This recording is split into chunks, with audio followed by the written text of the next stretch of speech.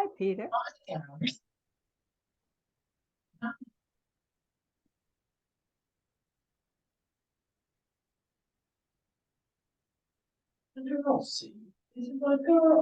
Colleen, did you register for the seminar yet? Hi, Colleen. I mean, I what did I tried, but I ran into some problems, but I'll call you and then you can help me finish it. Oh, okay. I ran into some problems. Jim.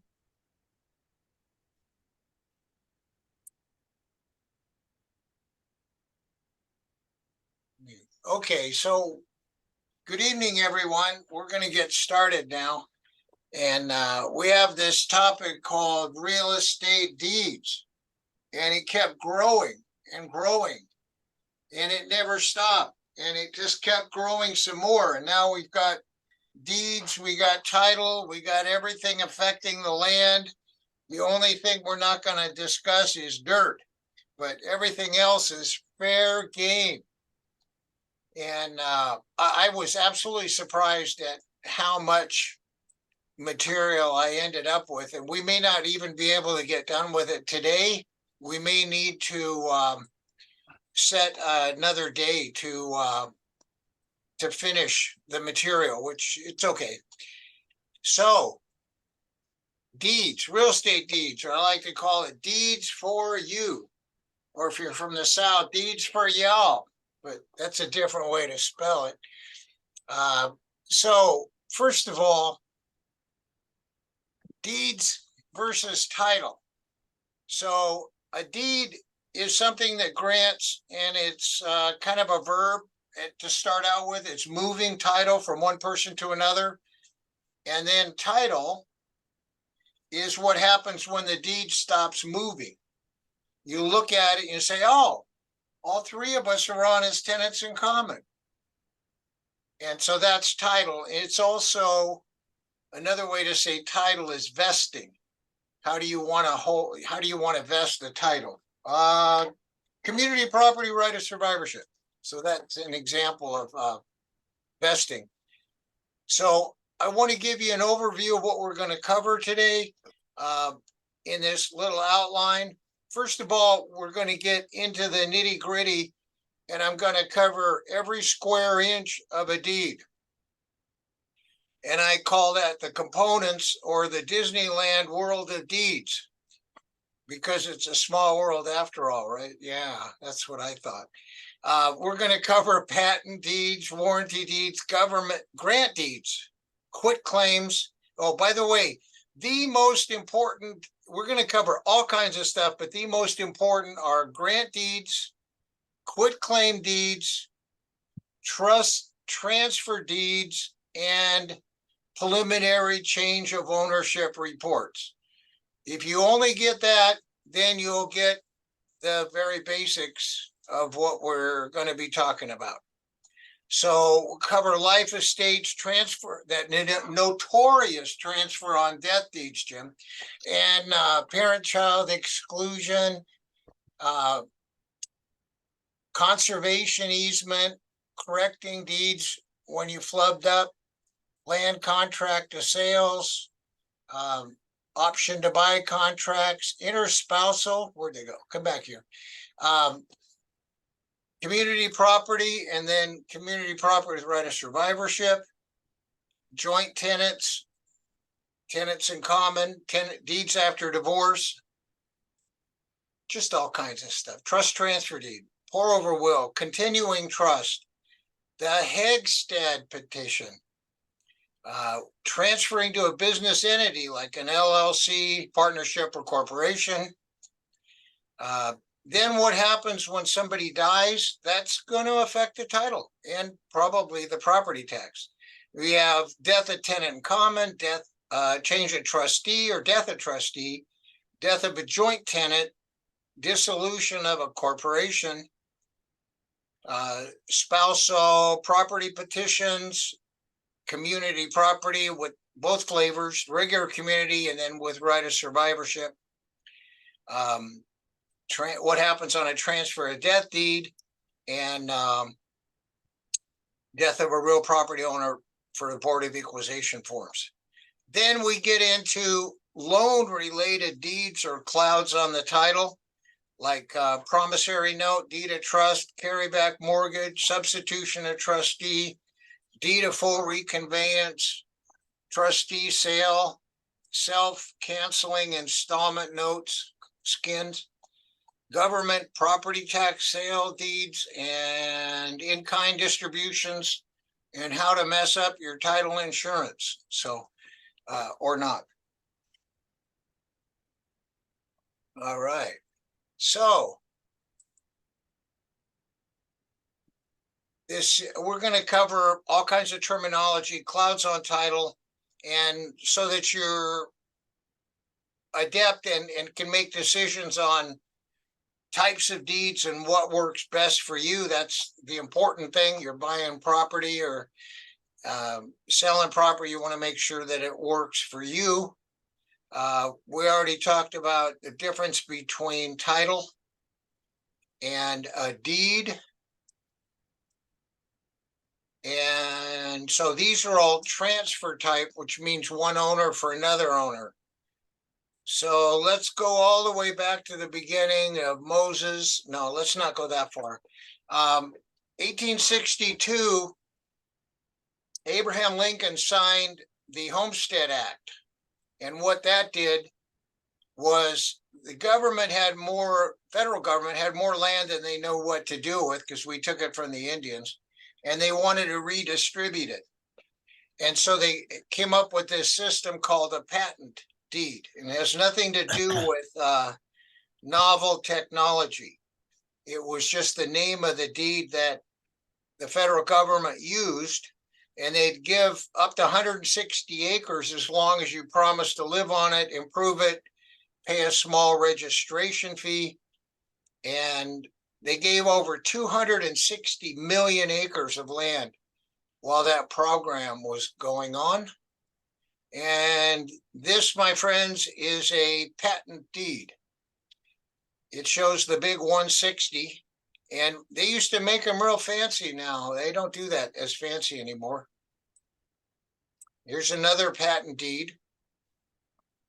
So if you're doing a chain of title, at some point in time, you'll probably end up that's the end of the line, is when it came from the federal government.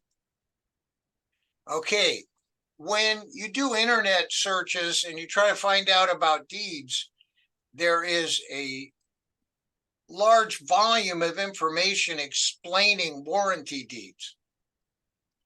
Warranty deed this, warranty deed that. And they're quite common in most of the states, but not California. So what the warranty deed does is the grantor, the person giving up the property, warrants or guarantees that if there's a dispute on the title, that they'll pay for the litigation and clarification of that deed, where the grantee and quitclaim don't have that. And this is not used in California because California uses title insurance. So there's no need for the seller to say, I want to guarantee the title, and just in case there's a problem, go ahead and sue me. I don't care. Let the insurance company assume that risk. But I point the warranty deeds out for no other reason than they're just prolific on the internet. So having said that we don't use them here, oh, gee, here's an example of a warranty deed if you wanted a sample of a California warranty deed. But you'll probably not find it in practice. And we're going to go into the details, but we're going to talk about, you know, every inch of the deed and the notary and things, but this is a faulty notary. And you need to be careful when you get forms that your notary's in compliance. Otherwise, you're probably going to have it kicked out from the clerk recorder's office. There's got to be a box up here that says the notary is only looking at the document, their warranty, and they don't know anything about what the deed said. They didn't read it and there was no blanks or something of that nature. grant deeds. Now, this is probably the most common deed that we have for purchases of real estate. And there's some warranty, there's that word again, warranties of title, that you own something and you're conveying it, and that you haven't already transferred the property to anybody else. It kind of ruins their whole day if you grant deed 3 different people the title to your property, because 2 out of the 3 are not going to get anything. So you're guaranteeing you're not doing that. And that you have the authority, there's no hidden liens except those that are disclosed. And I tend to go towards grant deeds for a lot of transactions. Everybody says, oh, we want a quit claim. No, I tend to use a lot of grant deeds. So what do we have in the deed world? So a deed is a form that you make up in your office or the title company, or you pull it off the internet. And I was thinking, why don't we have California state involved in deeds? Well, I finally realized that dirt was here before California. Otherwise, we'd have DMV of deeds, but they came later. So they didn't take absolute control over this one. They let the people do what they want. So in the upper left, you have who's requesting this document, and who we're talking to is, there's a grantor seller, a grantee or buyer or recipient, and we're going to record this on the public record to give public notice to the world that who owns the property. So in the upper left, it might be Placer Title is requesting it. It could be a legal document assistant, a seller, and then below that we have to put, where do you want the county to mail that deed after it's been recorded? And in the upper, it's got boxes on it, but in the upper right of the form, you have to have about 3 inches of blank space so that the county clerk recorder can put their fancy stamp and their 19-digit number identifying this transaction. So, and then we have a parcel number. First off, you cannot prepare a deed. Don't ever try to make a deed that you don't have the last recorded deed. If you don't have it, don't bother doing one, because there's a thing called chain of title. And chain of title is one, okay, say let go to patent and then a deed, and then it goes from one person to the other, the other, the other. Every time you take and transfer something, match who owns it now exactly, not spell out their middle name. If they used an initial, you use an initial. Don't make any changes. I kind of look at the chain of title like those old Tarzan movies. You go from one and then they grab another and they keep going. That's the chain of title, and you don't want to break that. Otherwise, you're going to have trouble getting title insurance. So, and then every county, we have 58 counties in California. Every county comes up with their own assessor parcel number. And that, when I'm doing deeds, I look at that, check it 1 time, 5 times, 7 times. I check it so many times that it matches. And then I have a staff member check it too. So here's the words. How do you know it's a grant deed? Well, you typed it on the form. That's all. You could type whatever name you want up there, but this is the one we're talking about at the moment, grant deed. Now, before we get into the transfer talk, of course, with California, the tax is most important. So that comes next. And so we have documentary transfer tax. And the way it works is there's usually 2 of them, documentary and then this government code one. you have to tell the recorder that you don't want to pay any tax. And like say granting between spouses or from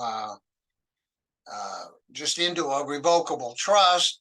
So if you don't tell the recorder that you don't want to pay tax and give them this code number where they can't tax you, they will.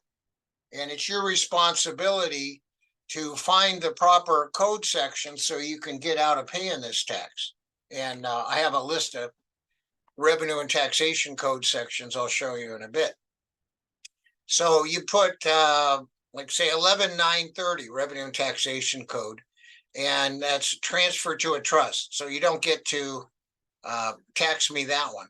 And this other government code 27388, this is a $75 fee. You get out of it by you're transferring it to an owner occupant. So you need to express that it's going to an owner occupant to get out of that fee. It's called the Housing and Jobs Act. I don't know what they do with the money, but it's there. Now, the next part we talk about for valuable consideration, because you start out as a contract in a deed. It is a contract, but then when it records, it ends up not being a contract anymore. Grantor's name, as I mentioned, match it exactly. And also match the form of title on the last recorded deed. Whether there's initials, not initials. If there's any errors in the prior deed, you got to fix it first before you move on. And I mentioned you have to have the prior deed. How do you get the other prior deed so you can match it? Well, we subscribe to a private database, and then that we get the prior deeds from the database provider, but you can get it oftentimes from the county. So there's a grantor grantee index and everything that's recorded. You can look it up by date range. And then Kathy Herzog told me, well, you can't do that in San Diego. And there's certain places that you, it's not where you can look it up on the internet. But in my county, I can go on the grantor grantee index, find out by listing, doing a search for somebody's name. So I'm looking for Elmer Fudd, and I do a search from 2010 to 2023. And so every time Fudd comes up, I look at the document, and if it's the last grant deed, then I pay the county $2, and then they'll send me the deed. So that's another way. You can also go down to the county and get the deed. Some counties don't put it out there. So like Santa Clara, other counties. So it makes it a little difficult, but there are several database services. So now we're going to go from grantor to the grantee. And the person receiving it, how do you want their name spelled out? And what form of title? You know, Ma and Pa Kettle as community property with right of survivorship. Okay. Just the way that they have selected. It's a very personal thing on how you hold title. So they have to understand what the impact of that is, because there's some drastic differences in result. Then we're telling the recorder what city it is in, what county.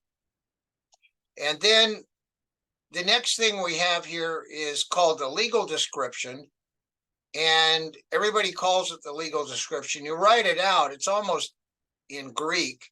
I mean, it's hard to understand what it is. Lot 27, you know, across the creek, up the hill, whatever. And you just copy the last deed. Make sure it's exact.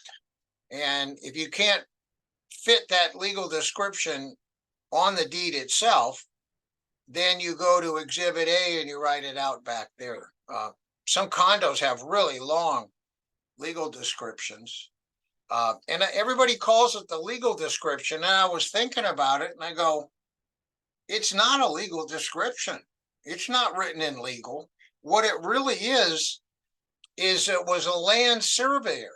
And so when they did subdivisions, there's this Subdivision Map Act, and they have a surveyor going out and identifying with great precision. That was before we had GPS.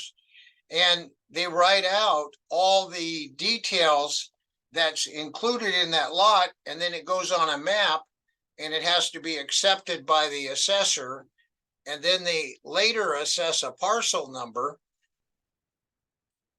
and then that legal, what they call legal description, is really a surveyor description. And then I always put the street address, listing it commonly known as, and then put the street address. The reason why we can't just use a street address is assessor parcel numbers and the legal description are from the county. And a street address is issued by the post office, which is federal. So they're different government entities. And it is possible, I have seen it, where they change the name of a street and they decide, okay, this street's now going to be called Cesar Chavez Way or something. And so that's why we can't rely on street addresses. And then we have each person signing in front of a notary. What you take title in impacts what happens to the property over time. And this little chart kind of helps you figure out how you want to hold title. Is it a gift, a deed? Yes. Okay. Well, you can use a grant deed or a quitclaim. Is it a sale property? You likely are going to use a grant deed. Are you going to transfer a property in or out of a trust?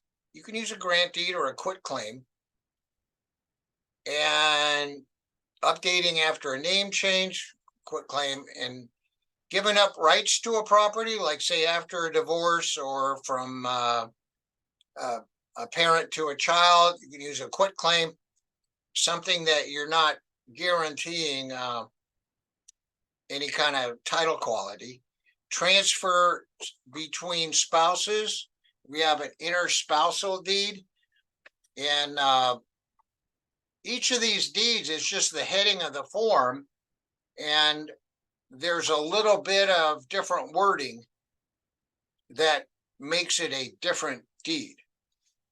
So here's another form to help people decide on how they want to hold title.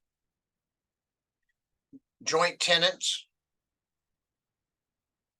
And most of the time when we're dealing with deeds, we're also thinking about estate planning, because we don't want to go to probate when somebody passes away, because it might cost tens of thousands of dollars and take a year and a half to process. So on joint tenants, if there's 3 owners involved and one dies, then the existing tenants own it all. It does not go to the heirs of the deceased spouse. Where in tenants in common, if one of 3 owners dies, that deceased person's ownership goes to their heirs or wherever they directed it to go. The problem with, joint tenancy and tenants in common, are we going to avoid probate?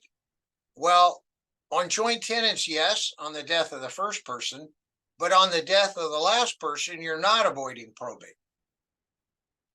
And on death of tenant and common owners that share, even though it might be a third or a fifth, that might end up going to probate on that percentage of that property.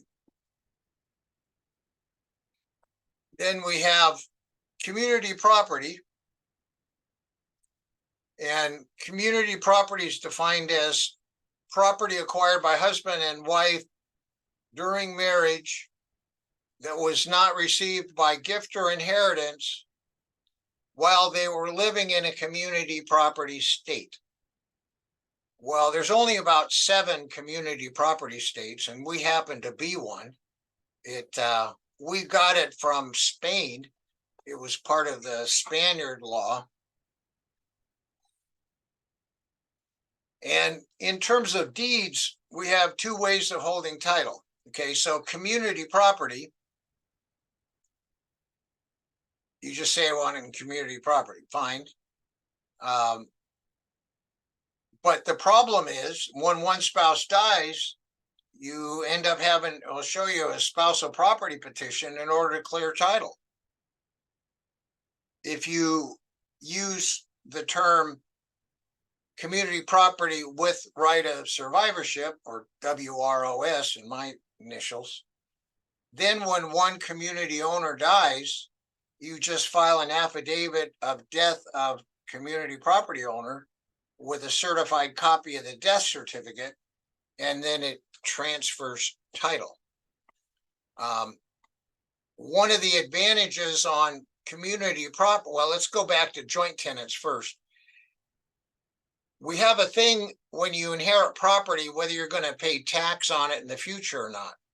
So if you had bought a property, 20, 30 years ago for 100,000, now it's worth 1.5 million, and 2 people owning joint tenants, and one of them dies, only half of the property gets what they call a step up in basis for capital gains purposes under section 1014. And what that means is that if you were to sell it tomorrow after you got a step up basis, is the market value on the date of death of the decedent, then part of the property would be excluded from capital gains. And you only get half the benefit with joint tenancy. If you held it in community property, either with right of survivorship or not, the law says that both halves of the property get a step up in basis. So if it's sold tomorrow, there is no capital gain. You can hold title, married person, their separate property, hold it as a trustee of a trust. If you're holding an individual name, they also call it in severalty, which is different than concurrent ownership where 2 or more people own it.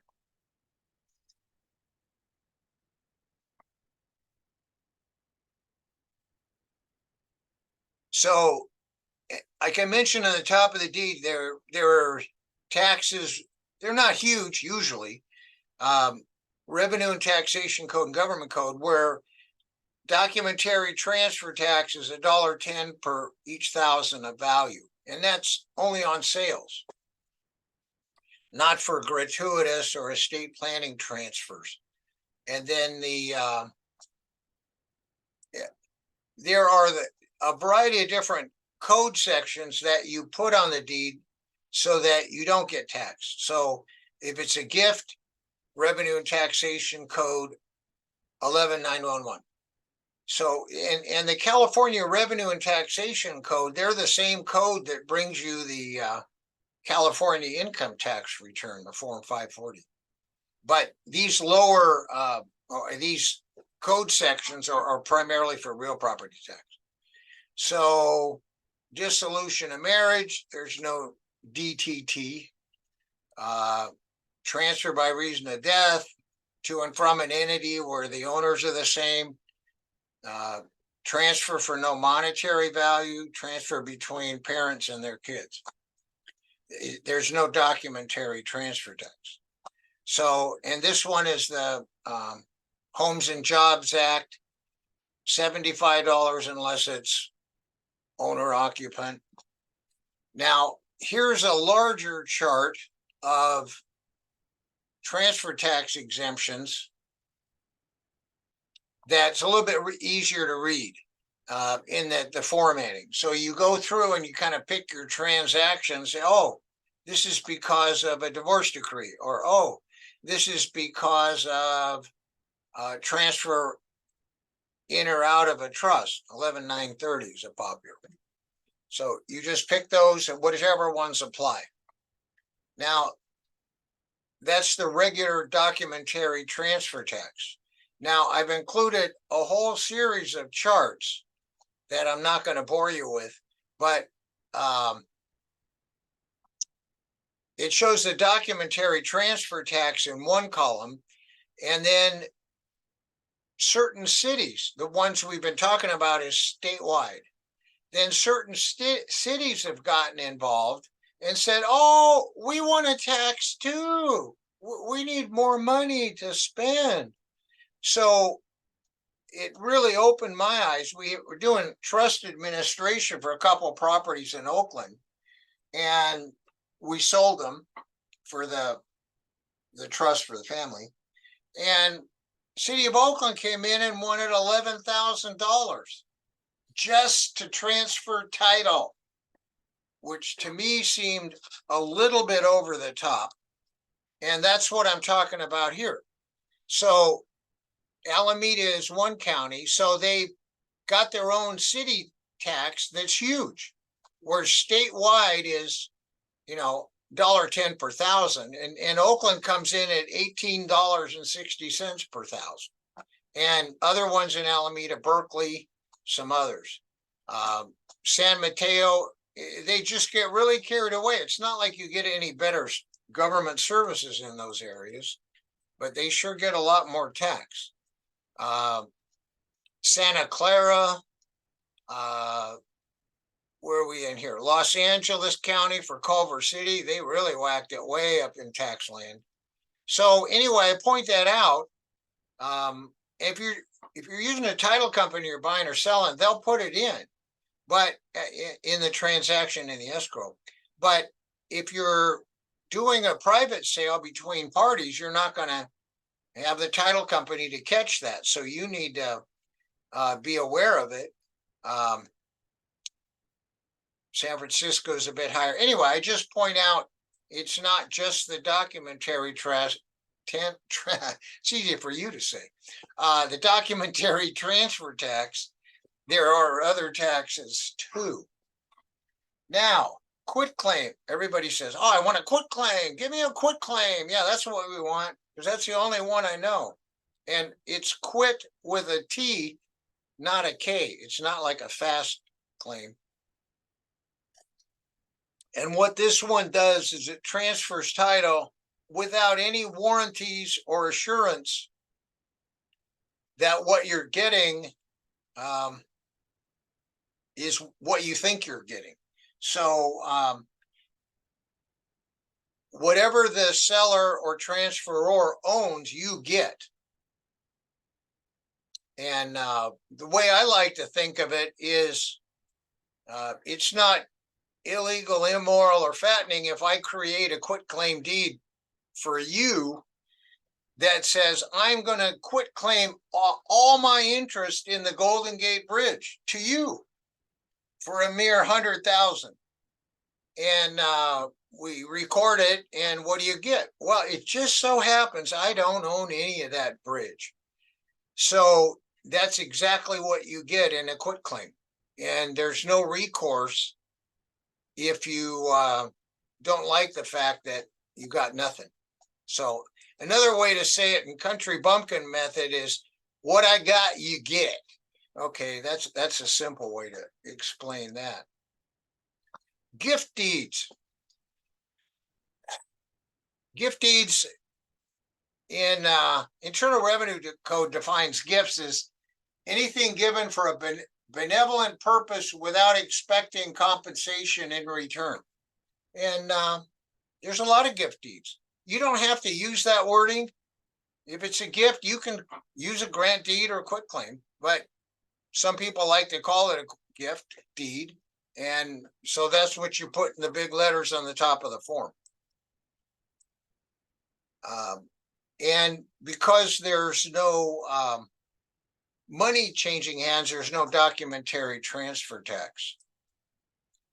Okay, so we're gonna cover transfer on death deeds here. Hi, I'm Krista Cortland. I'm a registered tax preparer and legal document assistant. I work with Rex. I'm going to talk about transfer on death deeds. So transfer on death deeds are a legal document that was created to allow property owners to designate a beneficiary who will automatically inherit their property upon the owner's death without the need for probate. It enables the seamless transfer of real estate to the named beneficiary. And while the property owner is still alive, they retain full control and ownership and rights over the property. It's a straightforward and efficient way to transfer real estate to a chosen beneficiary and avoids probate. Next. Sorry about that. So there are some advantages of transfer on death deeds. The main one is that it avoids probate. It's simple and flexible, so it's relatively straightforward compared to setting up a trust.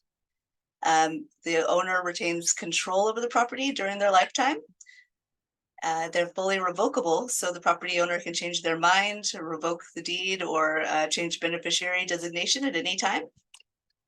Again, it's cost effective, and it can avoid conservatorship.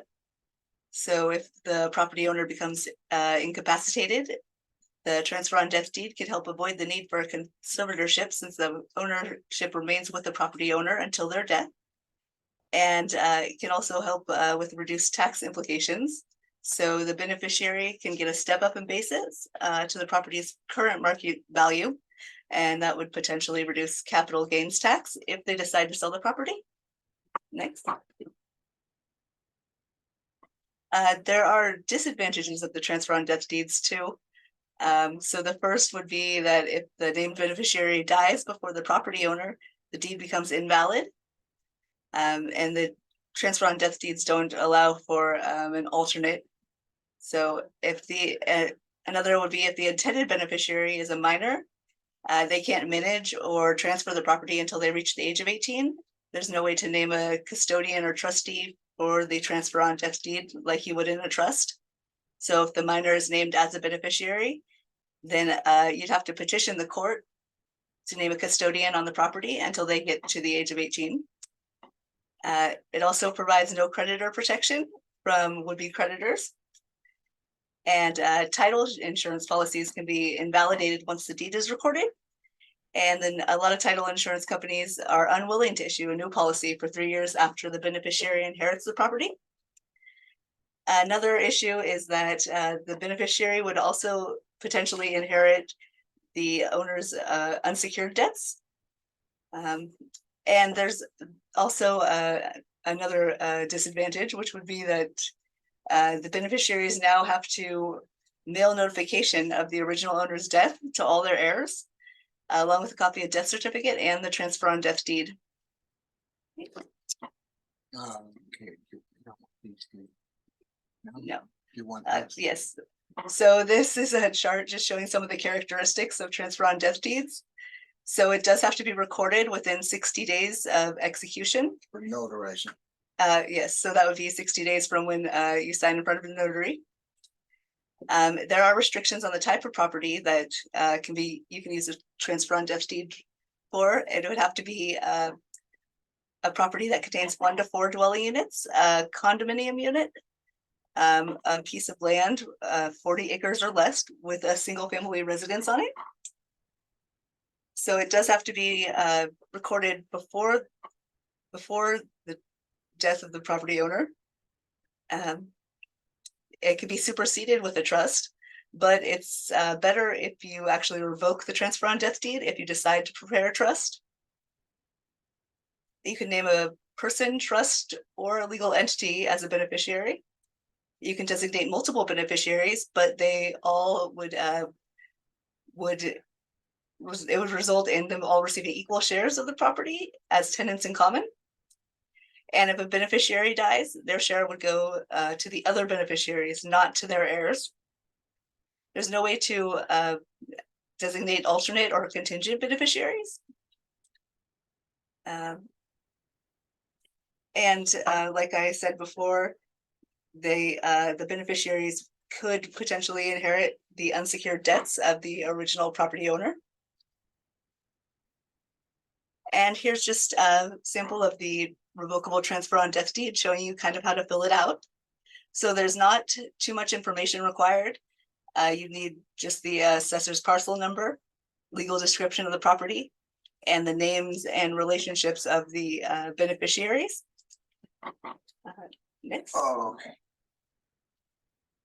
Oh, yeah.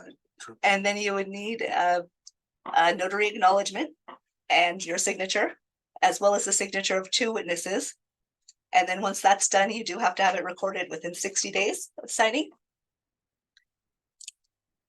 Yeah, And it's just another example. Fillable copy of the form. And then This is, that comes along with the form. let's that's it. see, no, I think there's one more. I think there's a copy of the revocable Yeah. or revoking the revocable transfer on death deed. So here's a sample of that and just showing you how to fill that out. Okay. And so I that's think- it Yep, for transfer on death deeds. okay. So transfer on death deeds, it supposedly automatic on death. It's not all that automatic. On death, you still have to file a form. In theory, it's supposed to avoid probate, but there's a lot of procedural requirements. And if you mess up any of the procedural requirements, you go right into probate. A nice thing on a revocable transfer on death deed, the beneficiary has no rights to object to anything. Where if it was a life estate, the beneficiary does have a right. And if a beneficiary dies before the grantor, it's probate time. And I think one of the most unsavory aspects, no other deed ends up when the property gets sent to the beneficiary, do they end up getting the unsecured debt of the decedent. So they had 50,000 of credit card debt, and there was a house that went with it, then the beneficiary might be liable for that debt. It's ridiculous. I thought about it and looked it up, and what happens is when somebody dies, Social Security notifies all of the 3 credit reporting agencies of the death of the person. And so all the creditors get heads up that there may be a transfer of personal liability to a third party. And because that ability to charge the beneficiary with unsecured debt for up to 3 years, title companies will not even issue title policy. So the beneficiary is going to have trouble selling the property. And I could see situations where, let's say, an adult child's living with Ma, and she has a pension and Social Security, and there's a mortgage, and the kid doesn't have a job. Mom passes away, the Social Security and pension goes away, and now there's not enough money to pay the mortgage, and you can't sell it for 3 years. You can avoid all of this by not using this transfer on death deed at all, because if you put it in a trust, you don't have all of these downsides.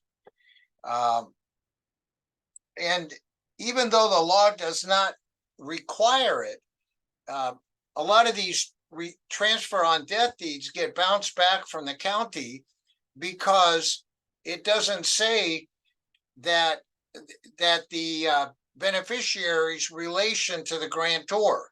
So from Rex to daughter, to Rex to Ariel, let's say, and I forget to put the word daughter on there, they'll kick it back.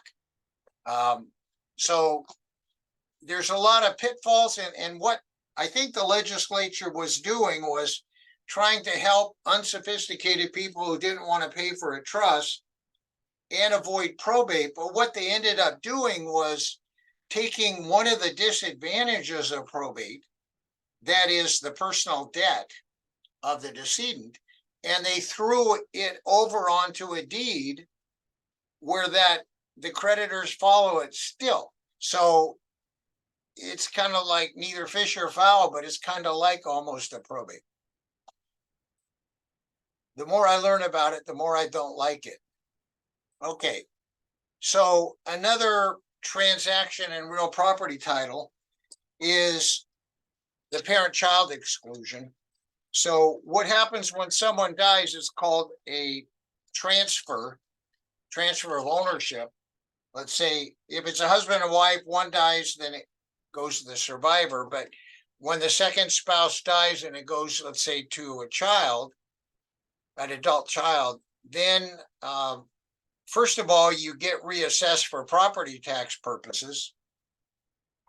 And then if the parent lived in the house and the child is going to live in the house, then the child can file this form, BOE 19P as in Papa, with the assessor's office, not the recorder, and say, this is a transfer between a parent and child,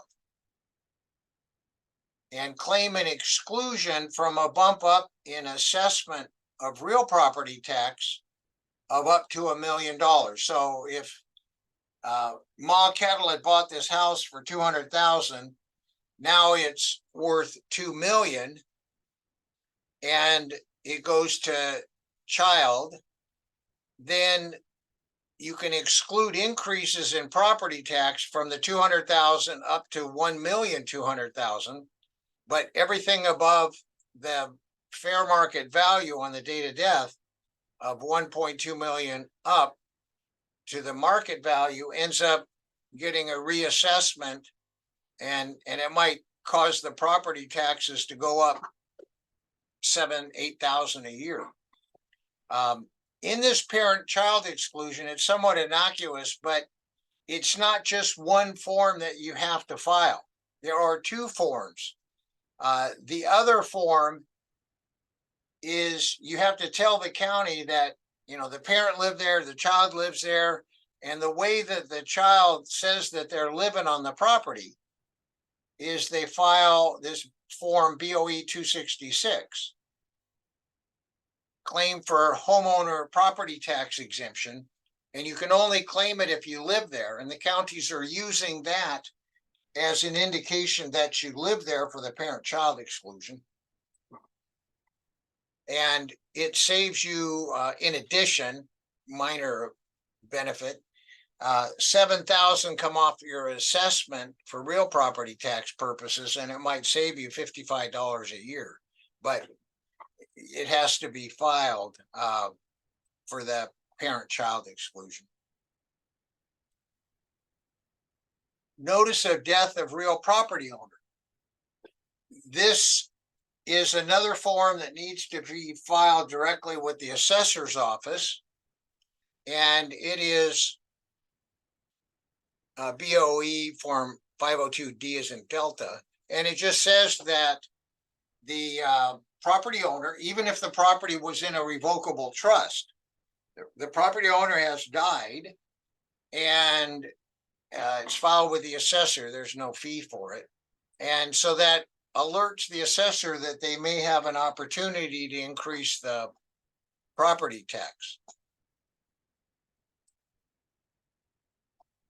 Preliminary change of ownership report. If you do a lot of deeds, you're going to see a lot of these preliminary change of ownership reports. We affectionately call it a PCOR. Okay, so it is a form with just a bunch of questions on it, and the questions are designed to try to find some excuse where the county can increase your property taxes.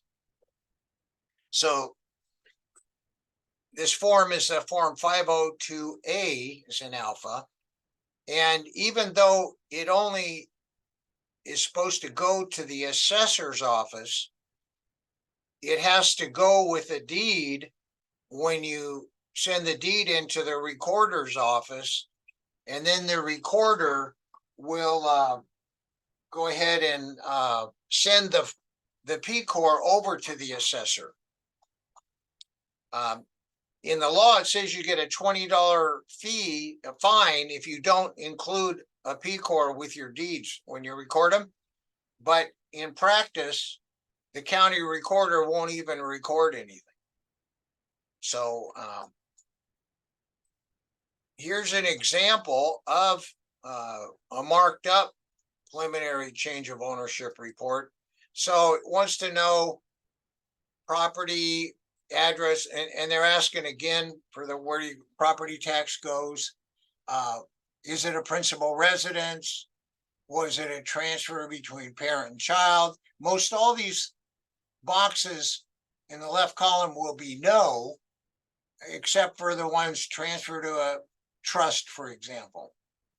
So you go through all the first page, and the next page has to do with if it was a property sale and the terms of the sale. And most of the deeds we do are not sales. And then they want to know single family, condo, or what kind of property. And there's manufactured home, what condition, good, average. I usually put fair.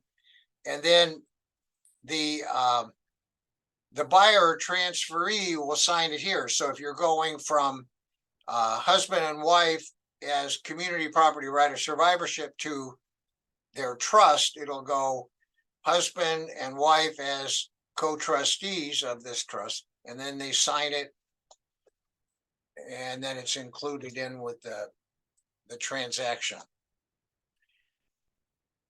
Another type of recorded document is a deed of a conservation easement to a nonprofit land trust.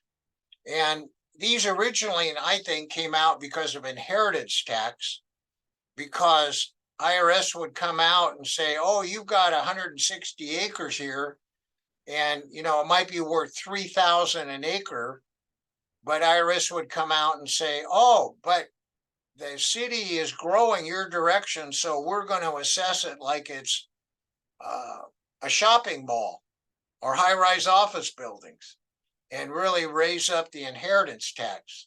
So what an easement is, it's a grant of rights. Real estate is a bundle of rights, and you can peel off the rights in a lot of different ways.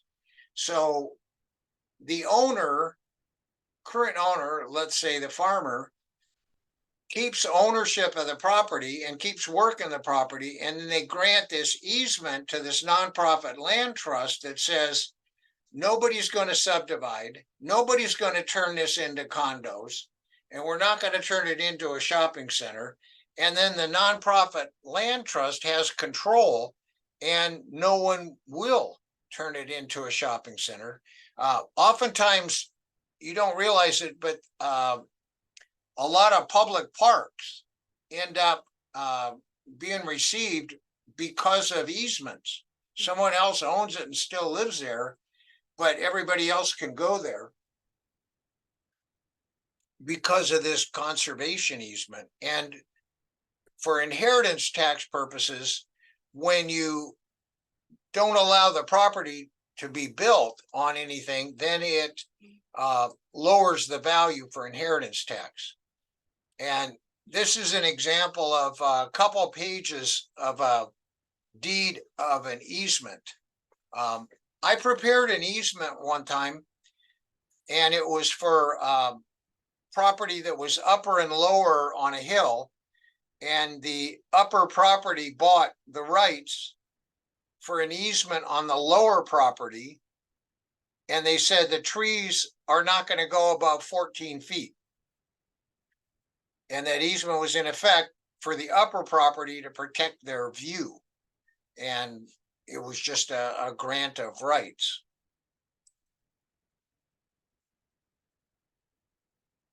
Oh, looks like you got this one separated out. Okay. We already covered that. It's like deja vu all over again. I guess I clicked the wrong place. Correcting a deed. So when you find an error in title, I've seen them where the names have been wrong, property assessor parcel numbers have been wrong. A lot of different errors that you find, and it's going to be affect the future owners of the property because of the chain of title. So the way you correct a deed when you find an error is you identify where the prior document was recorded, you fess up and show the error, and it might be name spelling or something else, or wrong name used, could be a variety of things. And then you go back and do it over again and skip the error. So it jumps over the error, and it also includes all the other factors that every other deed would have, including legal description, commonly known as, those types of transactions. And I want to thank Rob Vanstein for this correction deed example. Out-of-state deeds. We've done deeds all over. Don't think that what you learn in California deeds is going to help you all that much in outer space. Other state deeds and grant you part of the moon. And I don't try to do a deed in Hawaii. I did one time. It was unbelievable. And the Hawaiian Native Tribal Council resolves all deed problems there. Another one I've had trouble with is Alaska. They were hyper technical, and the margin was 1 centimeter less than 1 inch, and but you just have to match the prior deed and see what you have. Another thing, when even attorneys sometimes are afraid to do deeds from out of state, because they say, oh, if I do a Florida, I'm a California attorney, that I'm practicing law in Florida. And so what you do is, on the upper left of the form, you have the grantor and the grantee be the one, the grantor. Everything shows, and the person creating the deed doesn't show anywhere. So people can do their own deeds. So it reduces probability that there may be some bizarre complaint like that. Now, this one is transfer disclosure statement. It's not actually a deed, but it is required under the Civil Code 1102. So what this is, it's required between buyer and seller. And I've had a real estate broker license for years. It's not my normal business, but every 4 years I have to renew it. And within the last 8 to 12 years, the amount of disclosures that the state of California wants to be given between buyer and seller is unbelievable. And they say that it's not required, it's not part of the contract, but if you leave it out, it causes litigation. And I'll show, this is the statutory form. So if you're doing a deed for someone or yourself, and it's a sale of property, you have to fill this out. It's required. So this form, it asks you a bunch of questions. Does it have this, that, or the other thing? And the idea is you're supposed to disclose any bad things about the property so they can't say you didn't tell them. So I'd say, oh, we found ants one time. Oh, and an airplane flew over and it made noise. I mean, you can go to the ridiculous level, but at least you told them what was included in the property. And it just keeps going. Now we get into the California Association of Realtors form, and this one goes on forever.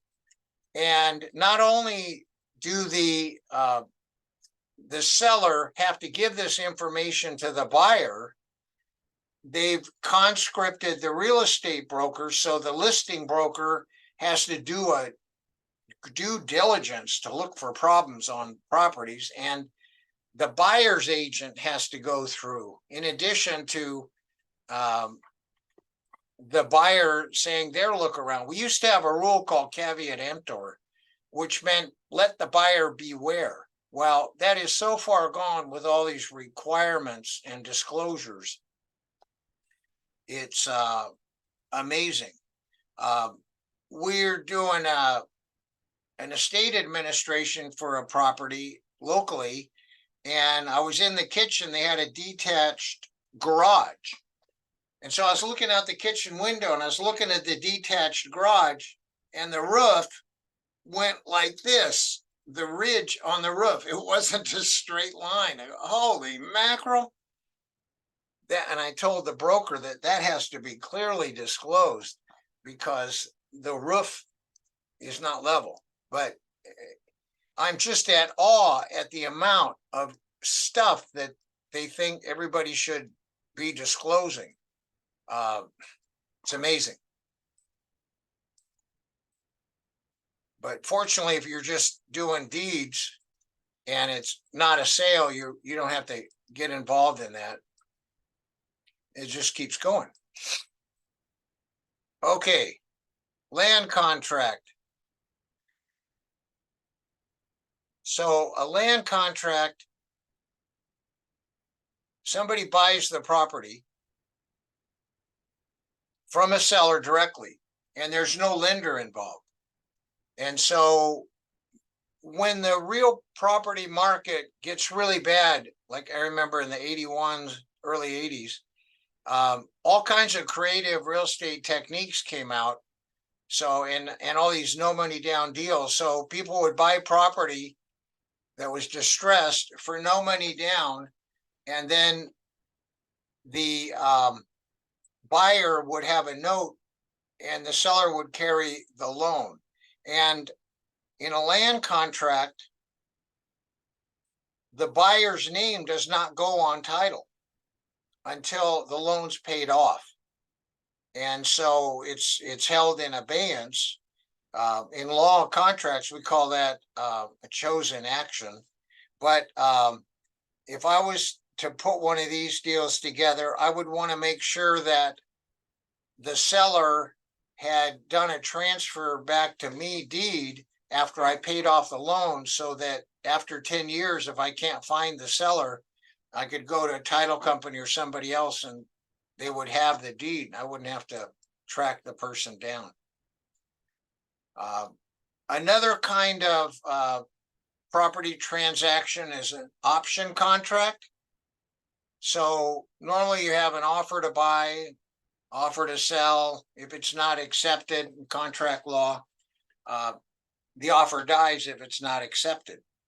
And in this case, you have an offer of certain type, and you're supposed to pay some amount of money, and the buyer comes in and creates an option, pays the seller some money, and under certain terms, they're going to keep the offer open for several years or whatever.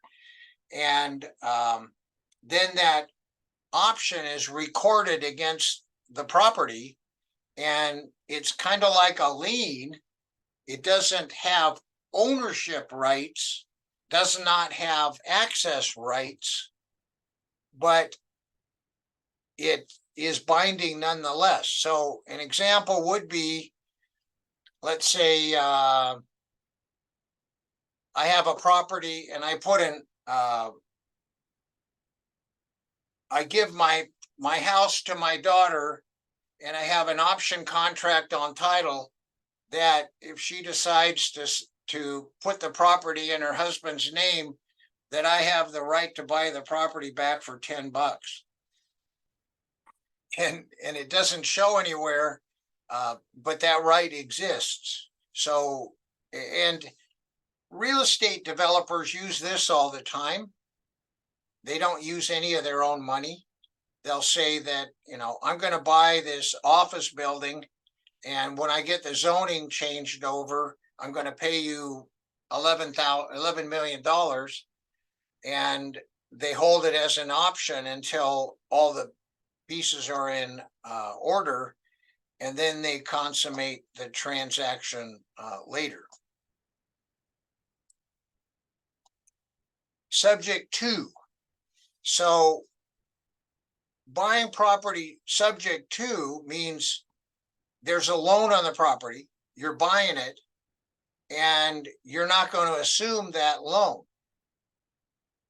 The loan's there, you didn't take it out, and you buy it, and it puts the property in the buyer's name, and the buyer ends up starting to make payments on the loan, but it's not assumed with the lender's permission. And then when the loan's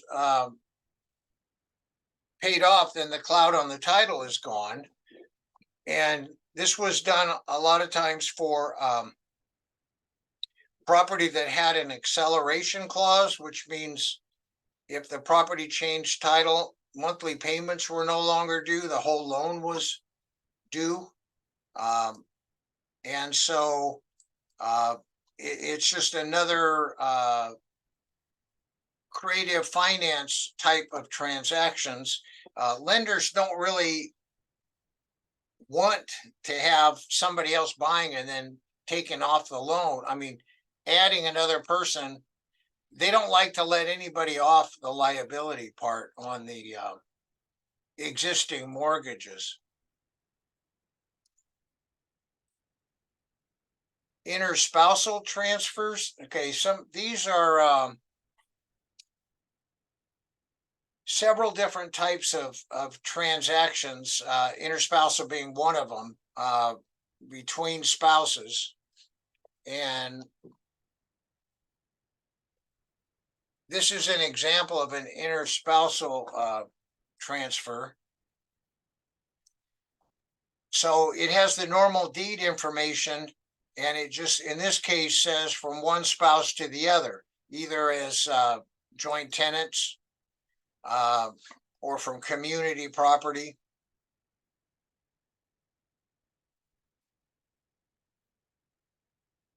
And then maybe to a trust, but this does not get reassessed for property tax service purposes.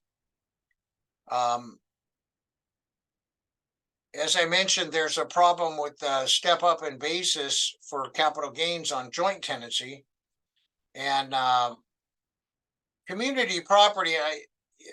It's I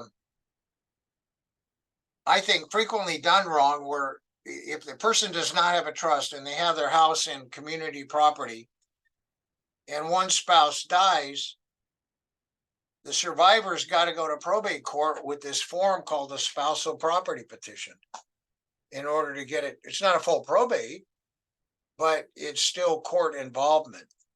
And if the spouses, I would never put it in anything other than community property with right of survivorship, because then you only file an affidavit of property owner, certified copy of a death certificate, and then it changes the title.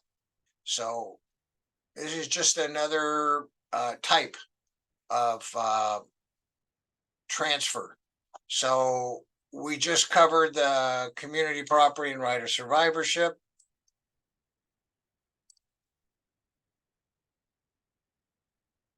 Okay.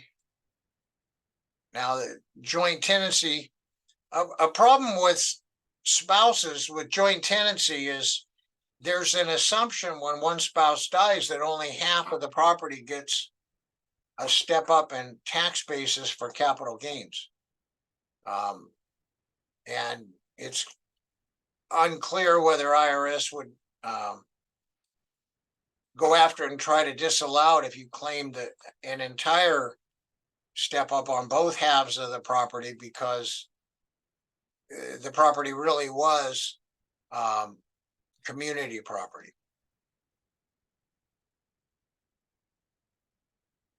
A deed after divorce. Well, some people will head up a form and call it a divorce deed or deed after divorce or property settlement.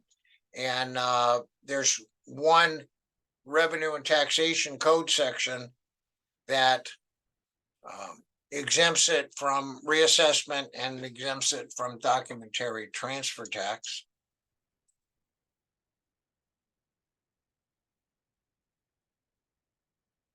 And the next deed is a trust transfer deed. So let's say somebody's in for estate planning and they're holding the property, husband and wife as joint tenants. What we normally do is do a double step where we'll take the property and go from joint tenants to community property with right of survivorship. And then we'll do another deed right after that, community property with right of survivorship granted to their living trust. And the purpose of doing that is if the property ever comes out of the revocable trust or the trust is revoked, it goes back into the character, the way that they were holding title before it went into the trust. We had talked about tenants in common a little bit, and there's some unique things you can do with tenants in common. I've seen it in San Francisco where 4 families will buy a fourplex, each of them having an undivided 25%. And then they'll come up with an easement that describes how they're going to split the common area, that each person is going to have access to this particular limit, limited space like a condo would be. And it's just a way to kind of make a condo without getting approval. And the ones that I had seen were in the process of trying to get permission from the city to be granted the right to make a condo. A pour over will. It's not a deed. And the idea is it's supposed to help what it says is if somebody dies intestate and you want to know what I want with it, and I'm reading the will, it says go put it in the trust. If the trust is invalid, do what the trust says anyway.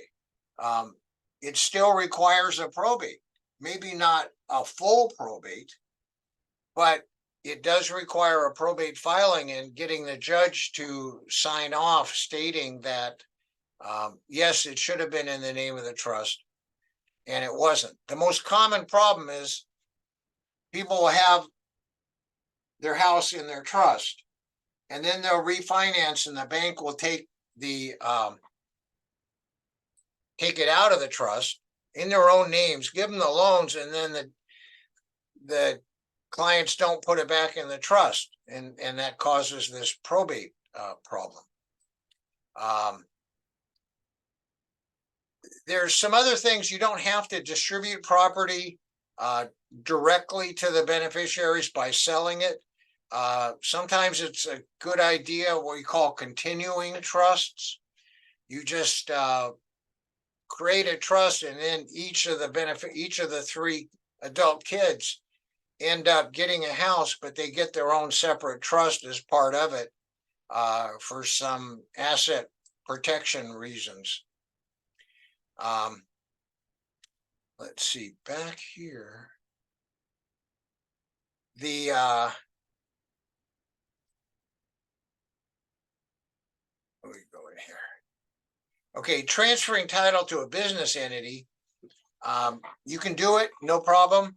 Frequently, a lot of the larger real estate projects are bought as LLCs. The only problem is you cannot have a corporation in joint tenancy because corporations never die. And a joint tenancy transfers by operation of law to the survivor. So the corporation will always win. And that's the reason why you can't do that. So transferring property to an LLC is no problem. One of the problems with it is subtle in that, okay, you look at the property, it looks like it's owned by a business. And within the LLC, if you change owners and don't change title, the California tax form 568, and if you change more than 50% of the ownership, you have to file the Schedule B that discloses that the county can now reassess because more than half the property is transferred. And the law is written where if you were trying some of these back office transactions to keep property tax down, it's not going to work because there's no statute of limitations, and they'll go back and reassess the property 10 years and give you a bill for taxes accumulated. Yes, you can transfer title to a corporation. I never recommend doing it. Never, ever put a corporation as the owner of real property. There's two real big problems. One is the mere fact of taking the real estate out of the corp and putting it into the name of the shareholders. If the property's gone up in value much, you have a capital gain on that distribution where you would not have it in an LLC. The other, besides the capital gains problem, when you take real property out of a corp and put it in the name of the shareholders, even if it's the same ownership percentage, you will get a reassessment from property tax purposes. Worst of both worlds. And I have clients come in from time to time and they say, hey, we put this property in the corporation years and years ago and we got this big capital gains. What's the tax workaround? And I tell them it's simple. You just pay a bunch of tax no matter what you do. There's no problem there at all. You did it wrong, and now the tax is going to be due. Transfer title to a partnership, fine, no problem.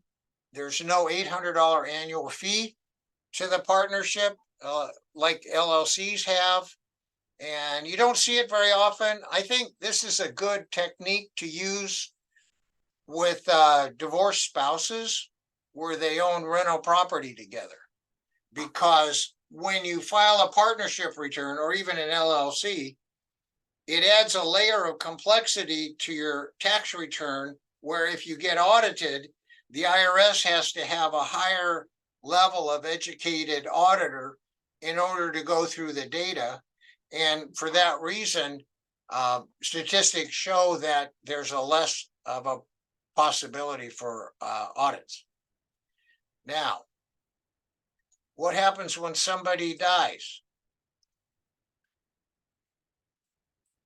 Well, we have several different types of transactions, tenants in common, joint tenants. Death of a tenant in common, the property can be held in their trust or it'll be handled by their will. And if they have nothing, one part of the property will have to go through probate.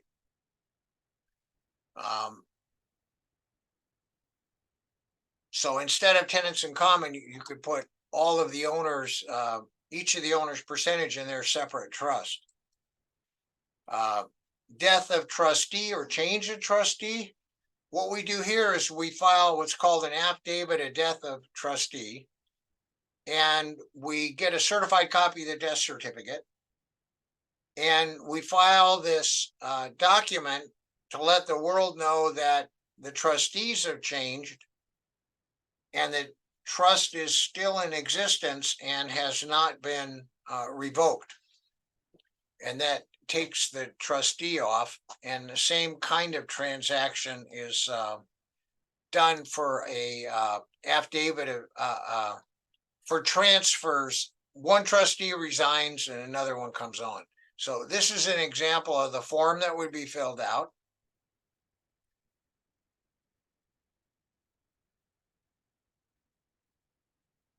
And when you're doing affidavits, the notary changes. When you're doing a deed, you're doing an acknowledgement, which says, I'm the notary and I saw them sign it. When you're doing affidavits of death of trustee or that type of form, the notary is called a jurat. And so it's kind of like, I swear under penalty of perjury, I'm going to tell the truth and correct. And that's the type of notary statement that needs to go on so it can be recorded. Death of a joint tenant. Whoever the last person standing ends up owning the property. Lost my place. There we go. So joint tenancy, they say, oh, it avoids probate. Yeah, sort of. It avoids probate on the death of the first person. Then you file an affidavit of death of joint tenant, and let's say there's one person left. When they die, you end up having a probate. This is an example of the form that would be filled out for death of a joint tenant, surviving spouse. Dissolution of a corporation. One of my clients, I was doing some property research, and I found his dad was a real estate developer, built all kinds of houses. And my client, it turned out that I found 3 parcels of property they owned, they didn't know they owned. And one of them was in Dad's old corporation that was defunct 20 years ago. And in order to get the property out of the defunct corporation, there's a California statute that says once a corporation starts to wind up and distribute assets, it never stops. There's no statute of limitations. So we created a board of directors with a surviving spouse, created the officers of the corporation, and then the officers transferred the title out of the defunct corporation. So it was a rather unique result. Death of a community property owner. There's only 7 states that have community property, and it's better in terms of income tax for having a community property because both halves of the ownership get a stepped up property tax, an income tax basis for capital gains if they were to sell the property the next day. This is an affidavit of a spouse succeeding to community property after the death of one spouse. So people ask, well, what's the difference between holding title as community property and holding title as community property with wider survivorship? It's this. If you're holding title as community property, and that's all it says, when one spouse dies, you have to prepare a spousal property petition with the probate court and ask the probate court judge to sign off that this is community property and we don't want the full probate 1.5 years and tens of thousands of dollars. So you're still filing a petition. This is what it looks like if you do community property and you forget the words with right of survivorship. So if you do put the words with right of survivorship, community property is right of survivorship, then one spouse dies, then what you need to do, it's quite simpler and you don't have to go to court. You include the death certificate, a certified copy of death certificate, and where it was originally recorded, and this being an affidavit, and then the title is clear just by a mere recording and no court involvement. Transfer on death deed. This one, I do not like transfer on death deeds any way, sideways, frontwards, backwards.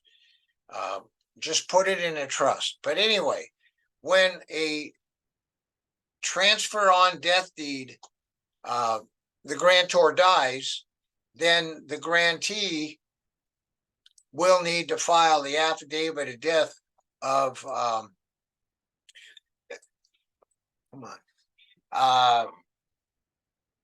death of transferor. So there's a separate form. Yes, it avoids probate. No, I won't use them. Loan related deeds. So we have a bunch. And you always talk about hearing a mortgage. Well, mortgage. We don't have mortgages in California because a mortgage has to be foreclosed upon through court. And we have note and deed of trust.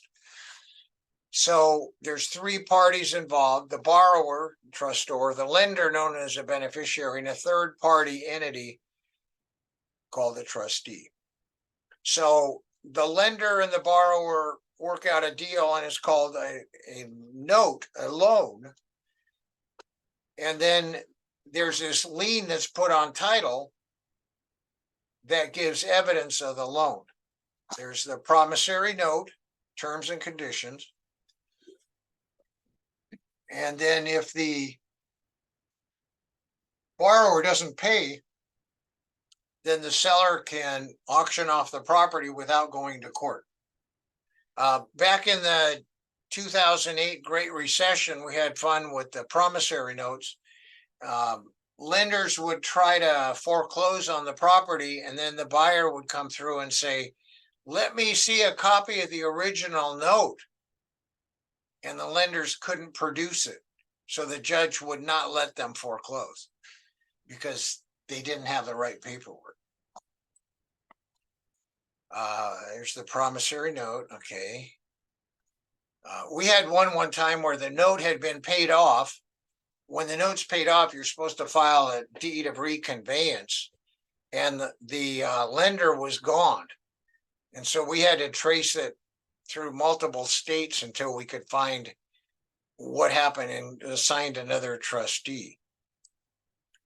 So this is an example of a promissory note. And the deed of trust, they also call it assignment of rents. So if, in theory, if the borrower stops paying a mortgage payment, the lender can get the rent until it's been sold at an auction. Good luck on that. Carryback mortgage, seller financing, helps a seller get rid of property and buyers to buy. Substitution of trustee.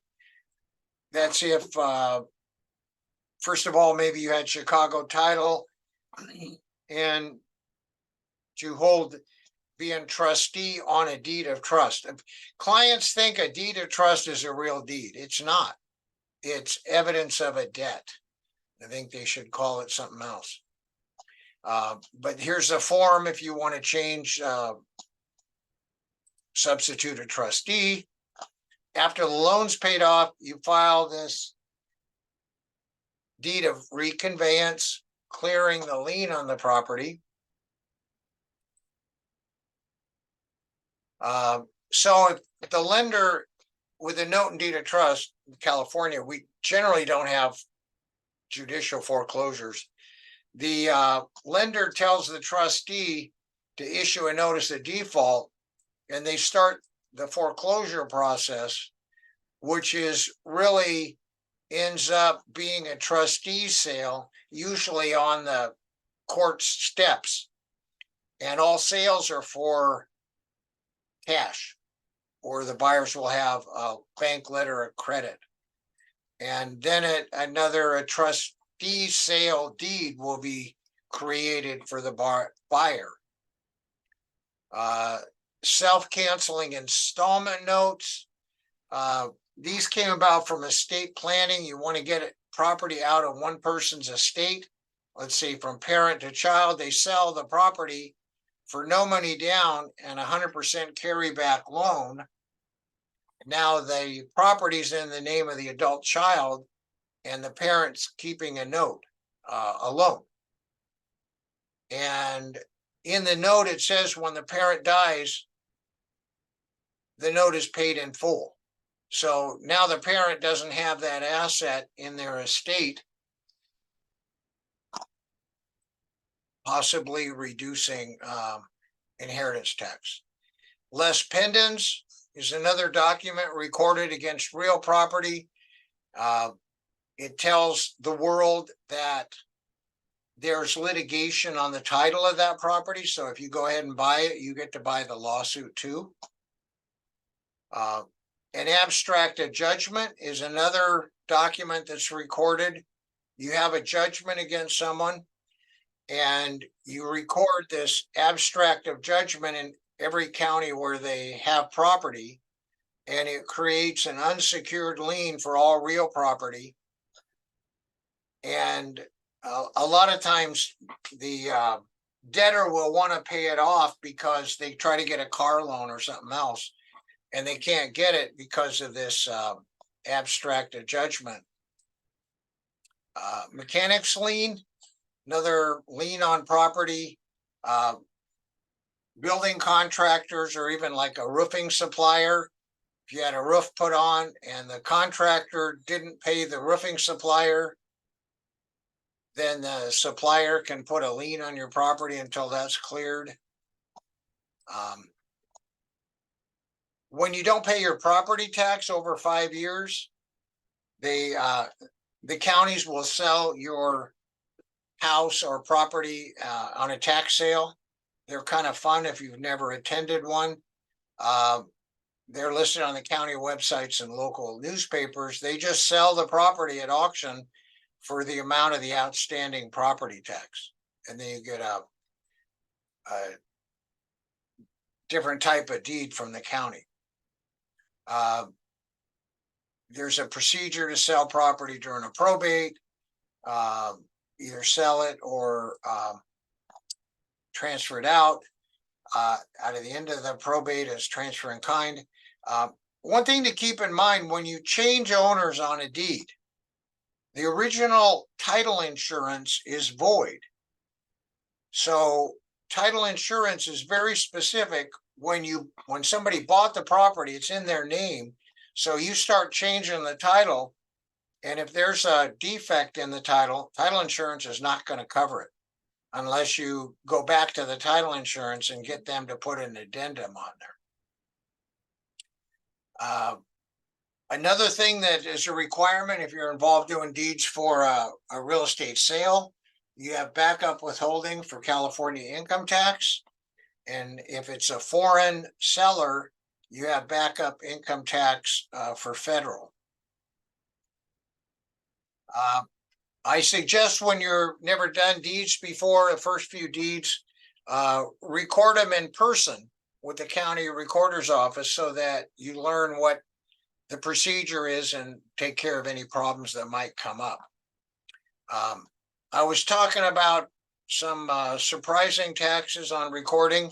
This is an example. In Alameda County has a county-wide tax, the documentary transfer tax, and the house, let's say it's worth $800,000. So the county tax is $880. Then at the same, the Oakland City transfer tax is $12,000. So in order to sell that house, you have to pay $12,800 just for the right to sell the property. To me, that's highway robbery. We're going to send out the forms. We have blank forms, and we'll send them at the conclusion of tonight's meeting so that you have blank forms in order to fill out. So at that point, I'm going to conclude the presentation. And because you attended this webinar tonight, you can contact our office for a no-charge consultation if you have a question about some transaction or clarification on some of the things we covered. So at that point, does anyone have any questions? Yeah, I have a question, Rex. It's a comment. Okay, Um, and if you've homesteaded, you've deeded property to a homestead, yes. or you have the protection of homestead, but then later that property is transferred into a trust. Does the homestead protection stay intact, or do you have to file some separate form so the homestead follows? I don't know the answer to that question, but from recollection, it seems to me that there's a statutory homestead, whether you file any papers or not, that is large to the point of like 700,000. Okay. And so if that's statutory, I would assume that it would still be there. Mhm. But I can't quote you anything and I'm not certain. It's a good question. Wish I had the answer. Okay, thank you. Sure. What other questions might you have? I got 4 questions for you. That's too many. We only allow 2 per customer. Go ahead. Peter. Well, then I'll make them compound questions. Okay. Some cities have really high transfer taxes, like you talked about Alameda and Oakland. Do those taxes ever apply to trust transfer deeds? No, because you're not doing a sale. The examples were in the context of a real property sale where money changed hands. And if you look at the greedy cities, oh, look at all this money, 1.5 million, give some to us. Oh. Okay. And Okay. if you're transferring it to a trust, you're not going to dig out of your pocket just to transfer into your trust. Okay, second question. For P-Cores, they all look pretty much the same to me, except for the little decals on the top for the county. Can you use the same P-Core form for all different counties, or do some of them have different formats for the P-Core? Have you ever Well, seen? There's at least 58 different answers for that question because we have 58 counties. Now, what each county can put their little logo on it, it doesn't matter. The original form comes out from the Board of Equalization. So all of the content is the same. I've never been so bold as to use an LA County P-Core in Contra Costa. They don't cost me anything. So Okay. just toe the line and don't step out of line and do it the way they want. Okay, question 3. You talked about a California attorney preparing a deed for another state. I did. Yeah, so that maybe I'm naive, but it scares the hell out of me to do something wrong, and I'm worried about doing unauthorized practice of law by creating a deed for that applies to another state, even though my client is in California. Do you think that I'm practicing unauthorized practice of law if I create a deed in Nevada or in Arizona or in Utah or whatever? I think you should worry like crazy. I mean, just really worry. That's what I think. I don't see how you could sleep at night with that kind of problem. What you do if you don't like it, you hire an attorney or a legal document assistant in the state where you're going to record. Okay, thank you. And you talked about continuing trusts. Is there special language that's needed for a continuing trust? Is there any magic language or anything like that that's needed for that? Or can you just say instead of property going to one person, it's going to be held in trust for so and so and something like that? Okay, the answer to your question is yes. Now, Okay. the details of your question, when we send out the slides, go back and read that slides. Because I put some really subtle wording in there that answers that question, that creates 3 asset protection trusts that cannot be permeated even through bankruptcy or creditor attack. Okay, thank you. And that's all of my questions. Thanks. No, I thought you had one more. I can't count as high as 4, I guess. He One, already two, asked three. for. Okay, Yeah, I did. I asked Well, 4. we don't want to overdo it. All right. So what other questions are out there? We're running out of questions. What about Jim?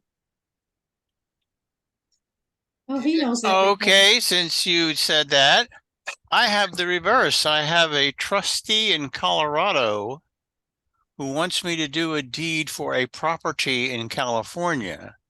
So I'm not concerned. Well, I guess I am concerned about the bar. So I should probably be asking somebody like Richard Levetsky, but can I do that? My client is not in California, the client being the trustee. Well, first of all, my understanding is that legal document assistants are not practicing law to begin with, not giving legal advice. And the Colorado client says, hey, Jim, can you make me a deed? And then you just say, yeah, I'm licensed to do that under Business and Professions Code Section 6400, and I'm on it. And here's my contract that says I'm not an attorney 18 times, and you do what the client asked for. So do we have a problem? Doesn't seem like it, but you know. I don't think so. Yeah, it's not a jurisdiction. There's no representation. And that's the difference between Peter Wallace's question. He was talking about representing because he's an attorney. Well, that's his problem. I know it is. It really And we're not going to make fun of him as a result. Sure we are.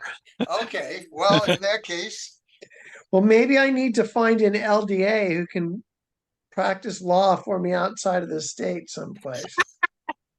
well, you representing a client here and you hire an LDA in another state, you are representing your client, and the LDA being qualified in the recipient state is in compliance with local law. I think You're- I would sleep well under those circumstances. and You're not going worry to find a too lot of states that have any kind of registered or Yeah. whatever LDAs. You got Arizona. I don't know what else you got. Well, I have heard that if you create a deed and you don't put the attorney's name on it anywhere, any place, you only put the client's name.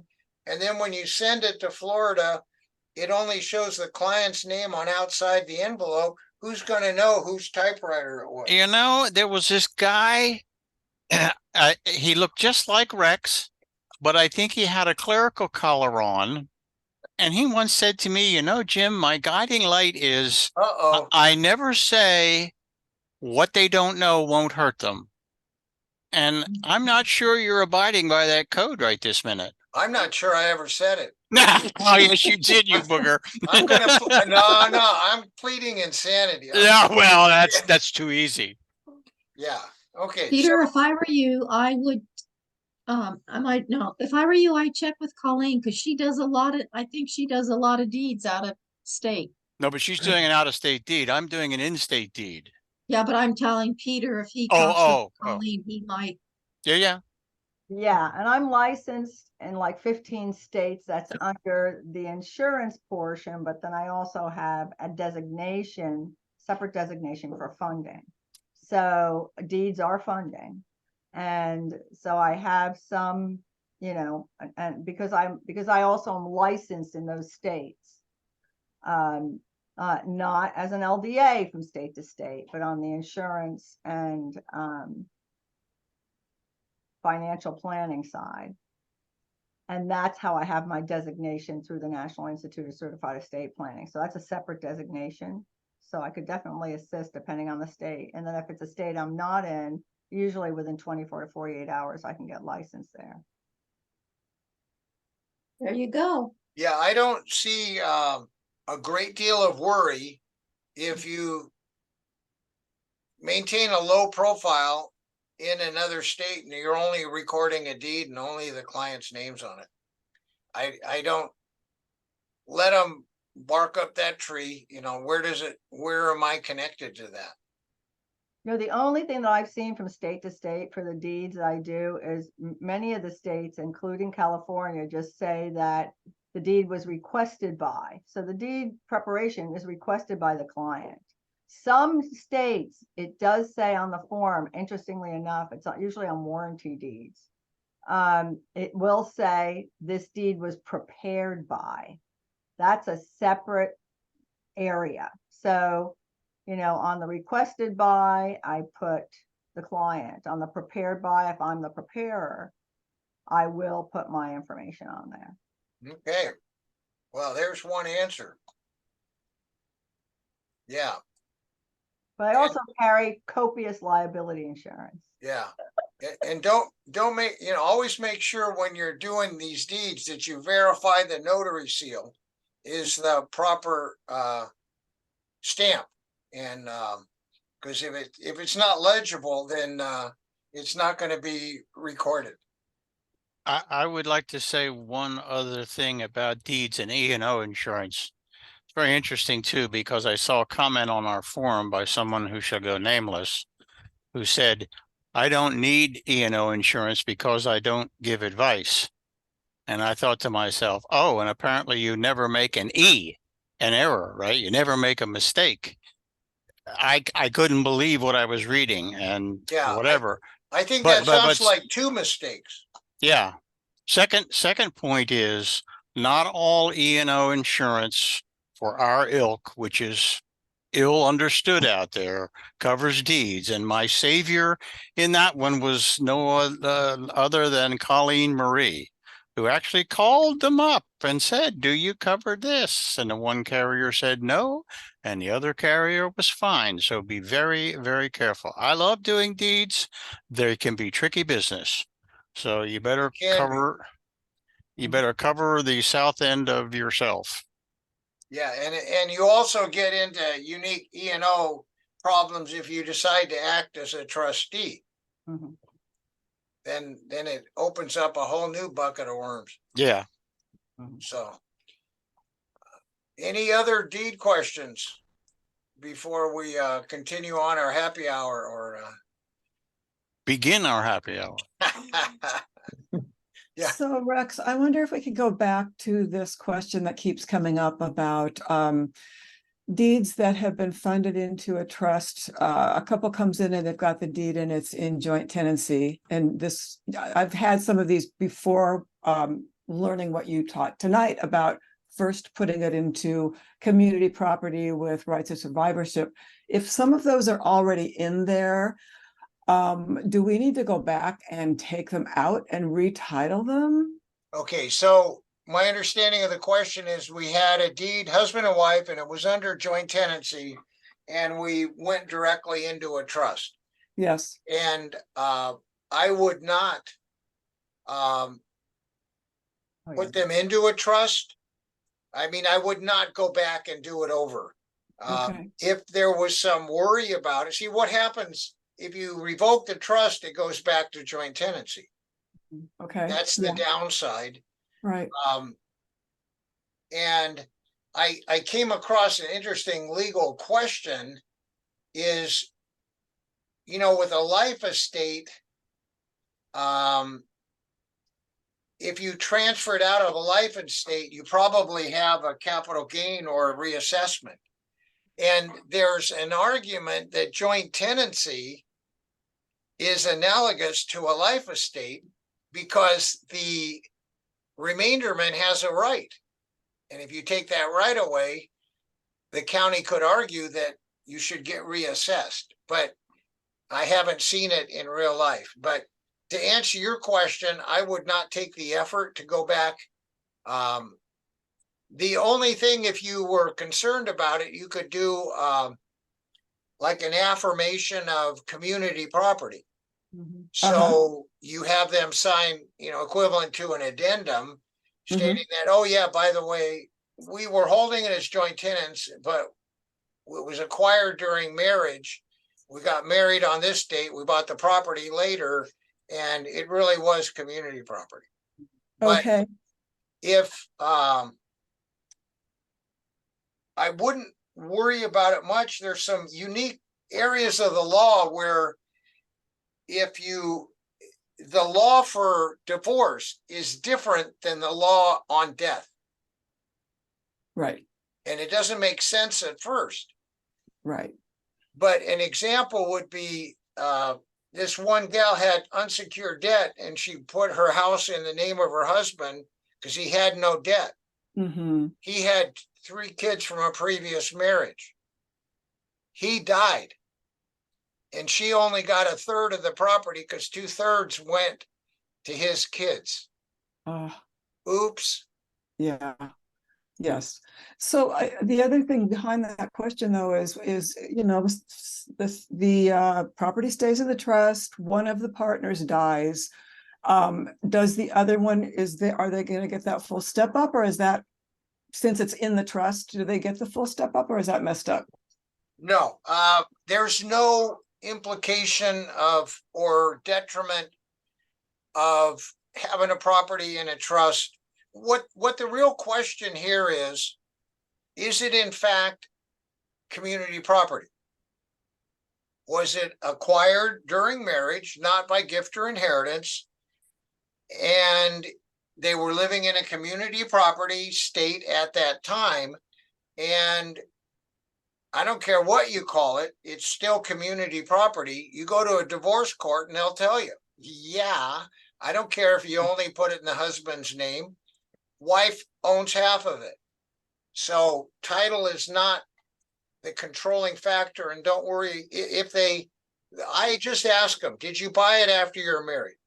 Yes. Okay, I'm done. Right. So, so if you were going to want to clarify that in a trust later on, if you've funded in as joint tenancy for a married couple who has community property, would that addendum be to the trust itself, or are you saying something recorded? Nothing recorded. It's an acknowledgement between the parties. Okay. I wouldn't worry about it. Okay. Because if you want to look up something, look up the definition of what is community property in the California code. And, right. and I'm less so concerned about that. I'm more concerned about losing the benefit of the step up. I understand, but yeah, in reality, I have heard many times that many tax preparers ignore the terms JT when doing a tax return for property that was clearly community property. Okay. Okay. They just don't seem to see that problem. Right. So it kind of comes down to whoever's administering. I think if it was litigated that the community property would stand. Okay. Okay, cool. Yeah, because I mean, it meets the definition. Okay, thank you. I don't see it as a big risk. It's a question, but a lot of times in tax, first of all, what's the chance it's going to get audited? Which is no determining factor. But what I see, since I do tax returns for estates and trusts, is very, very rarely do estates and trusts and tax returns for decedents get audited. Very rare. All right. Okay. Do it all honestly and accurately, but it's not like having $10 million coming in and you were on welfare last year. That's a different tax risk. Yes. Great. Thank you. So I wouldn't worry at all, but do look into the definition of community property, because that is your answer. Federal Okay. law looks to California law to determine community property.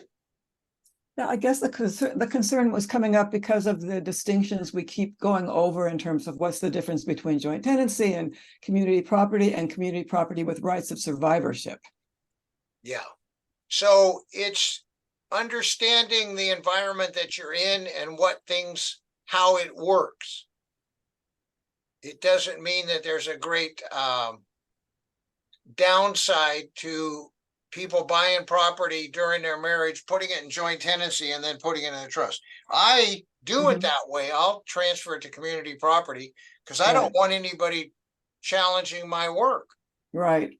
Right.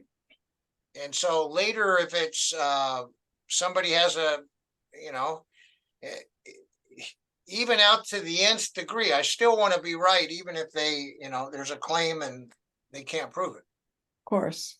Yeah. Makes sense. Okay, Very good. Very good. any other questions? Yeah, Rex, I have another question. If there's a death of a trustee and the successor trustee is transferred onto the deed, Yes, is it reassessed then? Or does it still just stay the same? okay, so what we're talking about here is a change of ownership is caused by a death of the owner. Mm-hmm. A change of trustee has no impact. Got it. But your question was after a death of an owner. So yes, it's going to be reassessed because of the death, and it has no impact. You can do a change trustees all day long, but Mhm. as long as the date of death is the factor. Okay. For reassessment. Mhm. Okay. So I'll be happy to take any other questions, or we can wrap it up. I'm in no hurry to go anywhere if somebody has additional questions. Well, I have a kind of related question. I left it a little earlier today, but I'm just going to ask it now. So on this death of a trustee, when the trust becomes irrevocable, when you're changing the trustee on the title, it simply is changing the trustee of that trust. And you file the death certificate and the death of the trustee. So that would cause a reassessment, which we just discussed. Now on the tax ID number, since it is a irrevocable trust now, does the name of the trust change to irrevocable from revocable, or does the name stay the same and simply the tax status is irrevocable? The irrevocable factor is, okay, so when it goes from revocable to irrevocable under the tax code, now it's a separate and distinct legal entity. Does the name change? No. Okay. And I don't like it. I get these ones in, it says, Mhm. you know, Ma and Pa Kettle Revocable Trust, and one spouse has been dead for years and then we still calling it revocable. Mhm. And it's not revocable. But yeah, I just recently made a couple videos on getting federal ID numbers for estates and trusts, 7-minute videos. And the determining factor is the trustee died, that social security number no longer can be used, and we have to have another ID number to continue on the administration. But it's a new ID number for the old name of that trust. So that if the trust was, you know, Joe Blow's Revocable Trust, it's still Joe Blow's Revocable Trust. It just now has a new tax ID number because it is irrevocable. Yes, that is correct most of the time. Mhm. Okay. However, we get into situations where we have AB trusts or multiple sub-trusts. And when one spouse dies and we have to have a bypass trust, Right. then I do change the name before I go to IRS for the ID number, because I want the world to know whether I'm dealing in the survivor trust or the bypass trust. But what I do is on page 1 of the trust, it usually will narrow down what the name of the trust is. Mhm. And it doesn't say change it when one person dies. It doesn't. It says this trust is called X, and it doesn't change.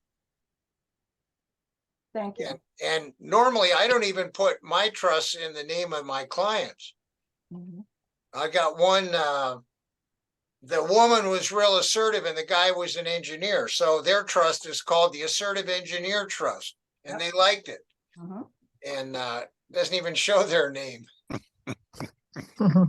How come you told me it was always the Rex Crandell Charitable Remainder Trust. There sounds like some implication of bias in that regard. I'm just having a little fun, very little. I Okay, have a question. yes, So affidavit of death, I'm very new to this. So when we complete the affidavit of death, joint tenant, spouse dies, then does title become his? Like, you don't have to do another title or reference that spouse that died in the next deed that's done? okay, It's just, okay, so I hear joint tenancy and I hear one spouse died. Which spouse Mhm. died? the wife. Okay, so wife died, we have joint tenancy. Did they buy the house during their marriage? Yes, they did.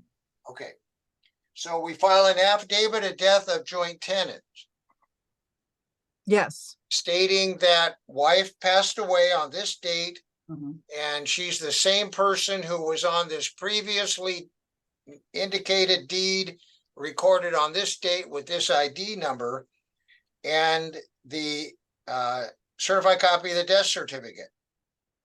Then Yes. the title is clear. You still need to file a PCOR, preliminary change of ownership report. You still need to file a death of real property owner for the wife with the assessor. It's not recorded.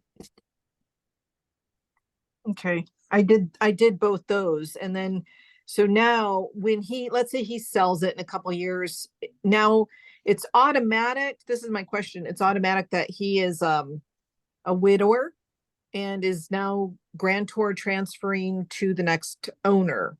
Like, there's nothing else that needs to be done as far as title, that those 3 documents automatically. Okay, so there's several things going on there. One of which I would pepper my affidavit of death of joint tenant with words of this property was acquired during marriage and it was held as community property and all those magic words that you want to have indicated on the public record. Now, it's in his name. Well, you don't stop there. You got to put him in a trust because you want to avoid probate.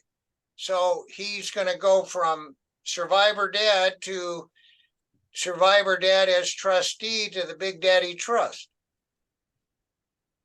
That's what he's debating, and I did refer him to an attorney That's what he because, needs to do. yeah, he wants to transfer to his daughter the wife's 50%.